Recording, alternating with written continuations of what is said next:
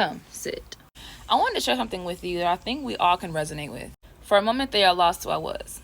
I have absolutely forgotten that I was a person who is politically deep, a person who is a thinker, someone who is spiritual, someone who just absolutely cared about the world and had a genuine opinion about it, even if no one cared to listen or join me in what I was saying. We have to learn to get comfortable being the person who arrives first at something and being the person who arrives just at all. Even if no one sees, no one applauds, or anyone is even there. We need to reteach ourselves how to take up space once again, even when there are people better than us, so to speak, in the room. A lot of times we forget that we are love, that when the Lord created us, He didn't make any mistakes.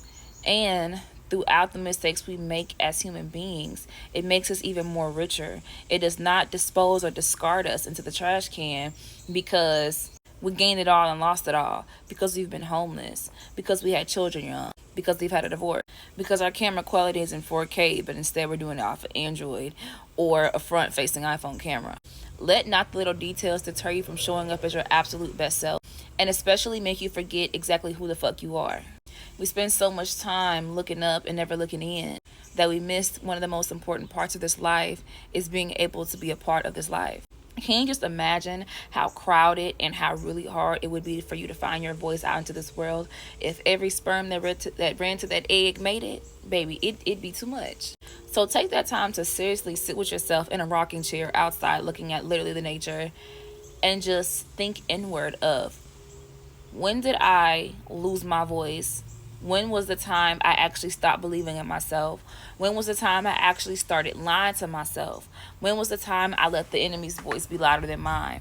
When was the time where my loudest voice actually was the most silent voice in the room? Because even that's important too. Trace yourself back to your most detrimental and intimate, most loving, exciting, embarrassing, confusing, alluring, most sexual, most high energy moments and really figure out, who am I? Why was I? Did I like that time? Did I really despise me in my 20s? Or actually, did I love who she was? Am I even grateful that she messed up so much? Am I even grateful that he did the wrong thing so that I can be here today with loads of wisdom and knowledge, well spoken, beautiful, comfortable in my skin, with stretch marks and dark skin? I love me, right? I hope you do at this point, at least some point, if not at 100, at least at 55. At least at 72, at least at 32. Because if you're at a 0, there's a lot to consider. You are the lily in the valley. You are literally the flower that blooms in a field of weeds. You are the tallest sunflower. You are the most deep-rooted tree. There are some people out here that are jealous of you just being, living, looking, singing, drawing, crying, venting, expressing. Do you not know how important and amazing that you are? And do you realize when I first came out here, it was super quiet. It was super peaceful, but now the cicadas have told each other, hey, she outside, she here, she's speaking high vibrations. We actually have somebody to talk to. We have somebody who can see us. Because what is even life if not to interact with it? If not for life to reflect to you that you are who you are? If not the trees to touch your face or the sun to shine on your skin? If not the grass to graze your steps? Like, the grass is the only thing in the world that don't mind being stepped on if it be for you. Hey, Jesus. Hey, that's shitty. Look at this beautiful blue bug right here. I mean, it's beautiful in blue. I got blue bugs. I got white butterflies. I got white little flowers. I got green grass. I got green weeds. Like, I love it all. Nothing is a waste here. And you should feel that same way for you. You got past and stories of the past that you literally want to block and shield so bad, but I'm like, that's who made you. That's what made you. That's what God gave the permission to the enemy, permission to the self to literally let happen, to create you. My God, we live in such a time where if we just sit in the stillness will reflect back to us and show us, I'm loved, I'm seen, I'm known, I'm sought after. I literally lost myself, but I'm finding myself. And you know what I didn't expect, or what you don't expect? When you go on a journey to find yourself, you don't even expect to find yourself that quick. But sometimes it don't even take that long. Sometimes it only takes a quick little week, a quick little month, a quick little hour, a quick little praise. That's it. And there you are, sitting right beside yourself, rocking in a rocking chair, being like, I remember the days. And there are going to be days that I still am going to be able to remember in the future. Don't let the media scare you on this thing we call life. Don't let nothing scare you about life. You are the most scariest part of life, if you're being honest. People are afraid every day of being heartbroken. There are singles afraid to date. There are babies afraid to meet a crowd of people, afraid of being held by somebody new. You are the scariest thing on earth. When you walk on the grass, these bugs and stuff, they don't even have a chance to move around. You walk so fast, your feet so big to them, but you regular schmegular degler out here in the world, so you think. Think about your impact.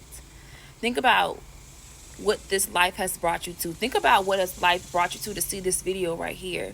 Think about what life wants you to consider, to think about, to reconsider, to feel, to do, to say, to experience, to explore, to try, to dare.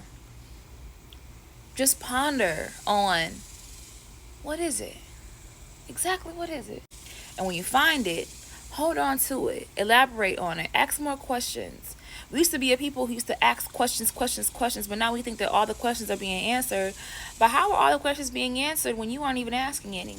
You have your own set of questions, thoughts, beliefs, systems. And don't you want to figure that out too? The world has answers. The world has answers for you as well.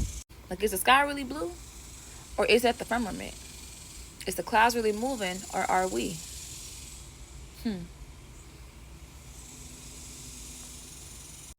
What vibration am I? Am I closer to love?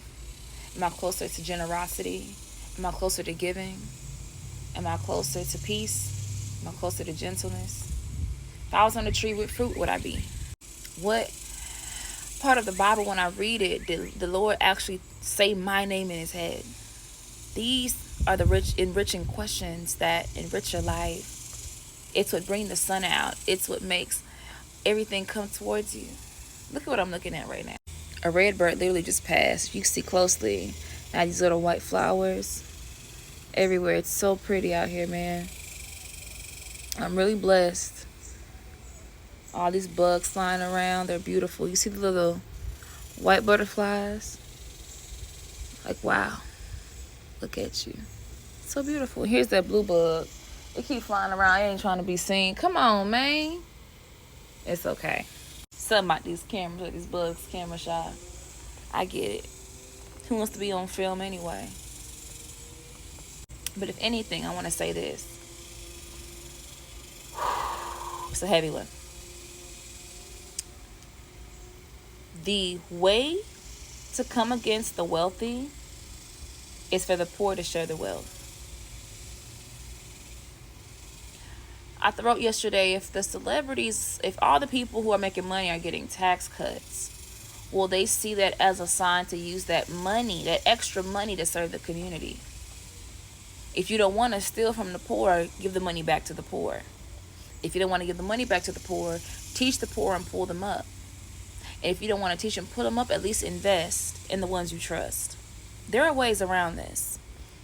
Don't lose hope. But the thing is, you pray for this. This is why you pray for other people, pray for the wealthy, pray for those who are in power, because you shift their hearts to be better people than what they probably think they can be. Because you know what it's like to have somebody have hope in you, actual, genuine, true hope. Not that hidden animosity, but real hope. Like, man, yeah, even when you fall down, and I'll pick you up type hope. That's the kind of hope we have to have for humanity. Because not all humanity is failing us. And the humanity that is failing us, it can have a change of heart. We've seen drug addicts come back and turn around and get their lives together. We've seen, habitual cheaters turn around and find the person that they love and end up getting married and committing to one person. We've seen at-risk youth completely change their life around and become multimillionaires and leaders of families and of people. We've seen pastors corrupt, turning the right way. We've seen it all, right? We've seen the lost come to find the Lord. We've seen it all. So if you think that we can't convince a few people with big pockets not to invest back into the world that gave them that anyway, I would like for you to reconsider. We have power right here in the tips of our tongues, our fingers, the tip of our thoughts. Why don't we just share it and let the world move organically to what we have to say? I love y'all. That's it. That's all.